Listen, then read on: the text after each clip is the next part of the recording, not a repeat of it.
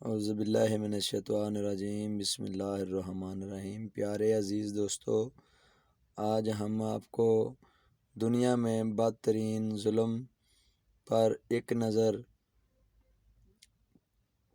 اور مادر ملت بی بی زیتون بن حضرت علی کے بارے میں بتائیں گے۔ بی بی زیتون پشاور فاتح خیبر امام حنیف کی بہن اور حضرت علی کی بیٹی تھی۔ امام حسین کی شہادت کے بعد بی بی زیتون اپنے خاندان قبیلہ کو لے کر جہاں اب امریکہ آباد ہے اس طرف چلی گئی تھی۔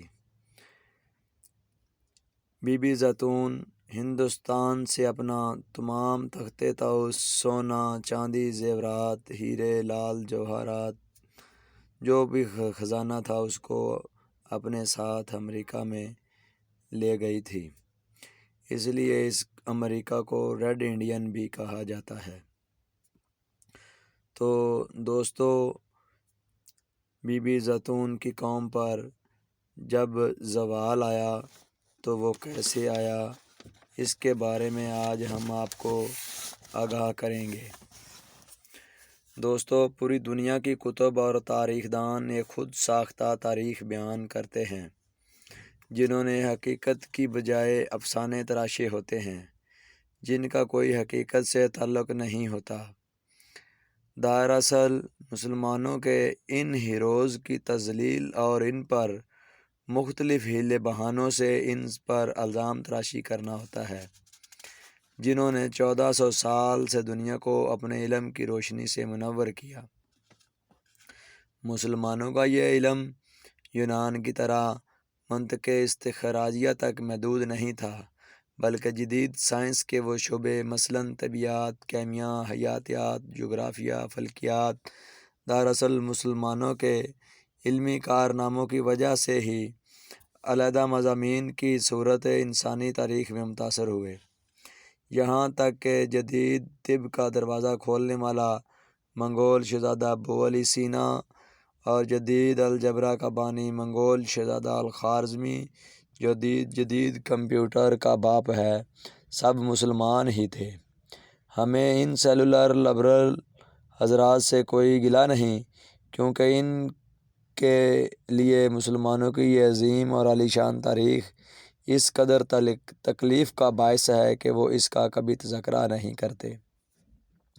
امام حنیف بن حضرت علی مرتضیٰ، شہنشاہ مشرق جلال الدین محمد اکبر، منگول بابا فرید الدین مسعود گنج شکر سرکار اور منگول الحاج مغل پٹھان شیخ سید کو نہایت بے دردی سے تاریخ سے ان کی خدمات مدغم کر کے ان کی تاریخ اور دور حیات کو ایک بدنما داغ کے طور پر ظاہر کیا،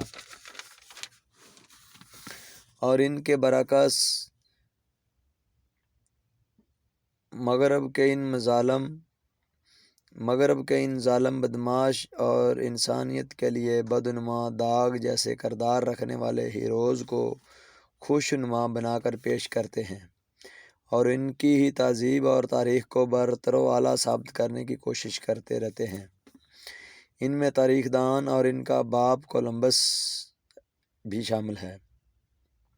اسپین میں پیدا ہونے والا کولمبس جدید دنیا کا اتنا بڑا ہیروز تصور ہوتا ہے کہ امریکہ جیسا ملک جہاں بہت کم چھٹیاں ہوتی ہیں، وہاں بھی 12 اکتوبر کو ہر سال کولمبس ڈے منایا جاتا ہے، اور برصغیر پاک و ہند میں 12 ربیع الاول 1834 میں منایا گیا اور عام تعطیل کا باقاعدہ اعلان کیا گیا۔ کولمبس ہمارے نصاب میں بھی بچوں کو گزشتہ ایک صدی سے ہیرو کے طور پر پڑھایا جا رہا ہے، اور اس کے امریکہ کی دریافت کے کارنامے کو کسی معجزے سے کم نہیں بتایا جاتا۔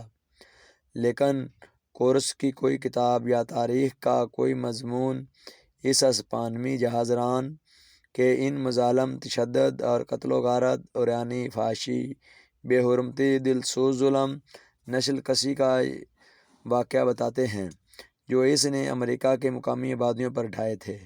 کولمبس جب 12 اکتوبر 1492 میں اسپانیہ جزیرے پر لنگر انداز ہوا تو وہاں کے مقامی افراد نے ان کی کشتیوں کو دیکھ کر حیرانی کا اظہار کیا اور اسے انتہائی خوش دلی سے خوش آمدید کہا، لیکن مقامی افراد کی جانب سے اپنی اس خاطر مدارت کا جواب اس نے بدترین ظلم سے دیا۔ یہ اپنے سپاہیوں کے ساتھ پالتو کتے بھی لایا تھا۔ اس کے سپاہی ماؤں کے سینے سے چمٹے ہوئے بچوں کو چھینتے اور انہیں چٹانوں پر پٹخ دیتے۔ جو پالتو کتے وہ اپنے ساتھ لائے تھے ان کی خوراک کے لیے روتے بلکتے ہوئے بچوں کو ان کے آگے ڈال دیتے۔ وہ عورتیں جو اپنے نومولود بچوں کو دودھ پلانے میں مصروف ہوتیں ان کے پستان کاٹ دیے جاتے اور ان بھوکے کتوں کو ڈال دیے جاتے، اور عورتوں کی شرمگاہوں پر یہی خون ڈال دیا جاتا یا پنیر ڈال کر پالتو کتے چھوڑ دیتے جو پنیر کے ساتھ خون کے ساتھ عورتوں کی شرمگاہیں اور بقیہ جسم بھی کھا جاتے تھے۔ اس طرح یہ بیچاری نہتی عورتیں سسک سسک کر جان دے دیتی۔ کم سن چھوٹی بچیوں کے ساتھ زنا کرتے۔ جو عورت اپنی بچی کو چھڑوانے کی کوشش کرتی اس کی شرمگاہ میں خنجر یا تلوار ٹھونس دیتے۔ جب پاکستان بنا 1947 میں تو یہی کارروائی مسلمان عورتوں بچوں کے ساتھ ہوئی۔ یہ امریکہ سے کم نہیں تھی، اور کپڑے لباس وغیرہ اتار لیتے۔ ایک دن اس نے حضرت عیسیٰ علیہ السلام اور اس کے 12 حواریوں کی یاد تازہ کرنے کے لیے 13 مقامی افراد کو چنا اور پھر انہیں صلیبوں پر چڑھا دیا۔ اس نے اسپین کے بادشاہ کو خط لکھا تھا کہ اس علاقے میں سونا اور ہندوستان کا تخت طاؤس موجود ہے،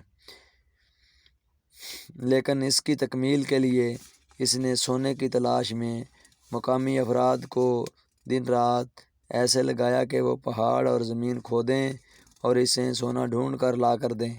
ان بیچاروں میں سے جو بھی شام کو سونا لا کر نہیں دیتا تھا اس کو کھانا پانی نہیں دیا جاتا تھا اور اس کے ہاتھ کاٹ دیے جاتے تھے۔ کولمبس ان کے ہاتھ اور ناک کاٹ کر ان کے گلے میں پہناتا، ان کے کپڑے اتار لیتے اور کھانا کھلانے کی بجائے انہیں افراد کا نفس کاٹ کر ان کے منہ میں کھانے کے لیے دے دیے جاتے۔ جو شخص ان زخمی بیچاروں کی مدد یا تیمارداری کرتا اس کا بھی یہی حال ہوتا تھا۔ عورتوں اور بچیوں کو بدترین جنسی اذیتوں سے گزارا جاتا اور اکثر تلوار یا خنجر ان عورتوں کی شرمگاہ میں گھونپ دیتے۔ اس طرح یہ تڑپ تڑپ کر جان دے دیتیں، پھر ان کو کتوں کی خوراک بنا دیا جاتا تھا۔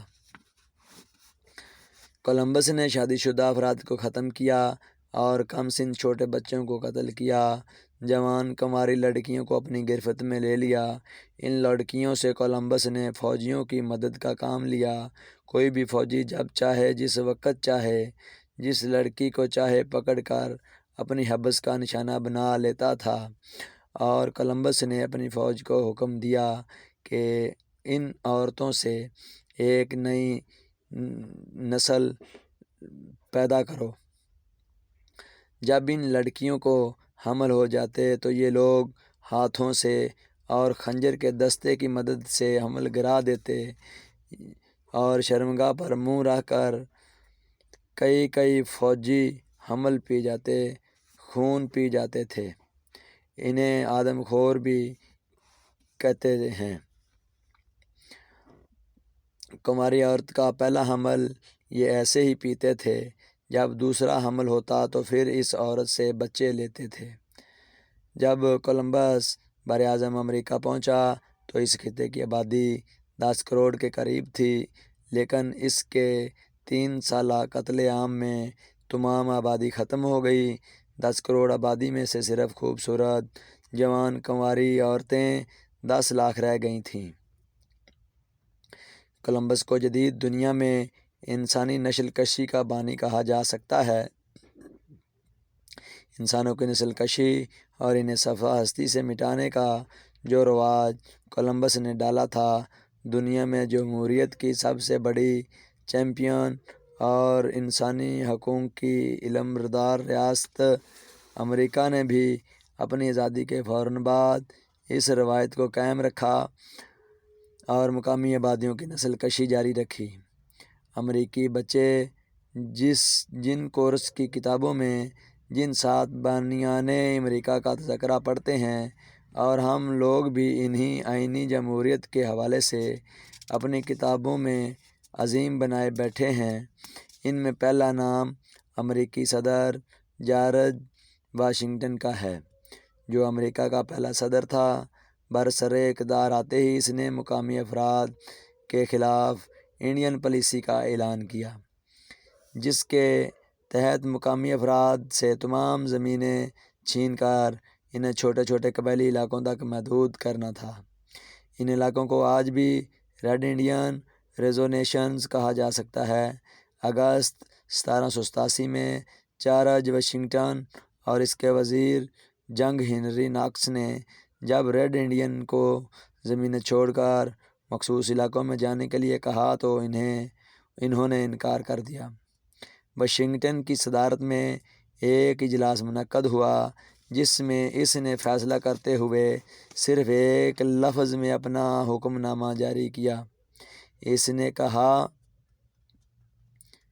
ایکسٹریپٹ، جس کا مقصد ہے صفحہ ہستی سے مٹا دو۔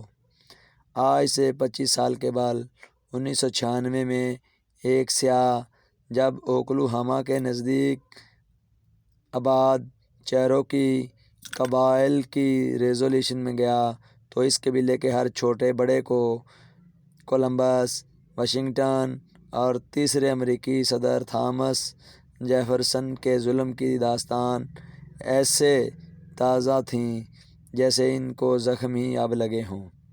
نیویارک ریاست کا ایک قصبہ ہے ماؤنٹ ویرنون، وہاں 2016 میں ایک نمائش لگائی گئی جس کا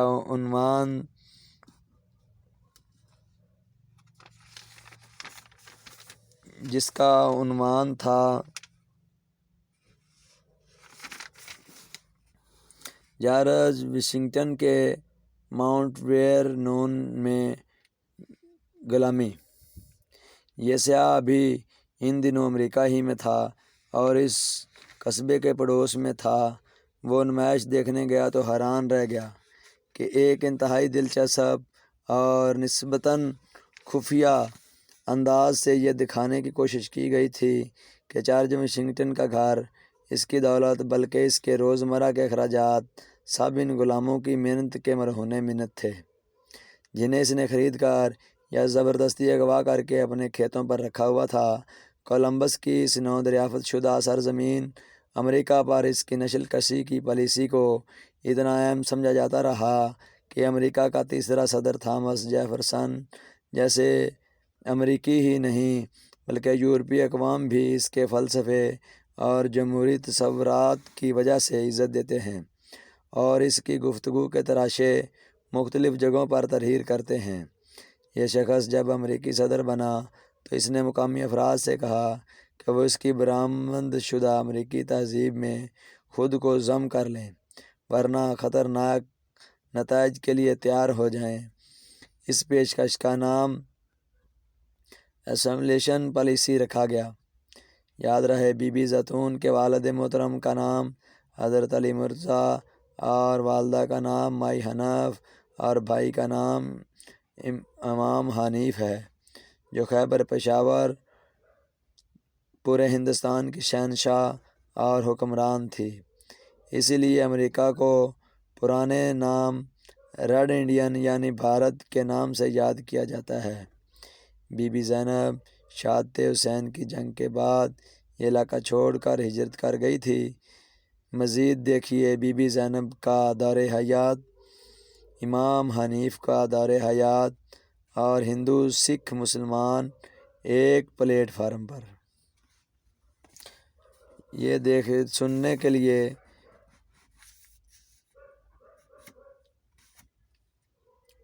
وہ ریڈ انڈین جو صدیوں سے اپنی ایک تہذیب اوڑھے ہوئے تھے، انہوں نے انکار کیا توپوں کی گھن گرج اور گولیوں کی بچھاڑ نے انہیں بھون کر رکھ دیا۔ جس وقت امریکہ میں یہ نسل کشی ہو رہی تھی، برصغیر پاک و ہند میں 1857 کی جنگ آزادی کے بعد 1870 میں لارڈ لنٹن نے یہاں کا سارا غلہ برطانیہ اور دیگر عالمی مارکیٹ میں بھیج کر ایک ایسا مصنوعی قحط پیدا کر چکا تھا جس سے ایک اندازے کے مطابق 3 کروڑ لوگ ہلاک ہوئے تھے۔ پیارے عزیزو، ہمارے یہ بیانات کہانیاں یا افسانے نہیں بلکہ حقیقت ہے، کھونچ کان داستانیں اور تاریخ کے خون آلود دھبے ہیں۔ لیکن ہمارے وطن کے دانشور کہیں گے کہ جب ہم محکوم اور بے وسیلہ تھے تو مغرب ایجاد کر رہا تھا، یونیورسٹیاں بنا رہا تھا، لیکن کوئی ظلم کی داستان بیان نہیں کرتا اور نہ ہی ہمارے ملک کے بچوں کو یہ تاریخ پڑھائی جاتی۔ اب اس نصاب اور 1834 میں بنائے گئے نظام تعلیم کا اعجاز یہ ہے، ہماری قوم کے بچوں کے نزدیک کولمبس ایک عظیم ہیرو ہے اور امریکی ایک عظیم قوم۔ مزید حقیقت پر مبنی بیان سننے کے لیے ہمارے چینل پاک وطن والے وزٹ کریں۔ شکریہ۔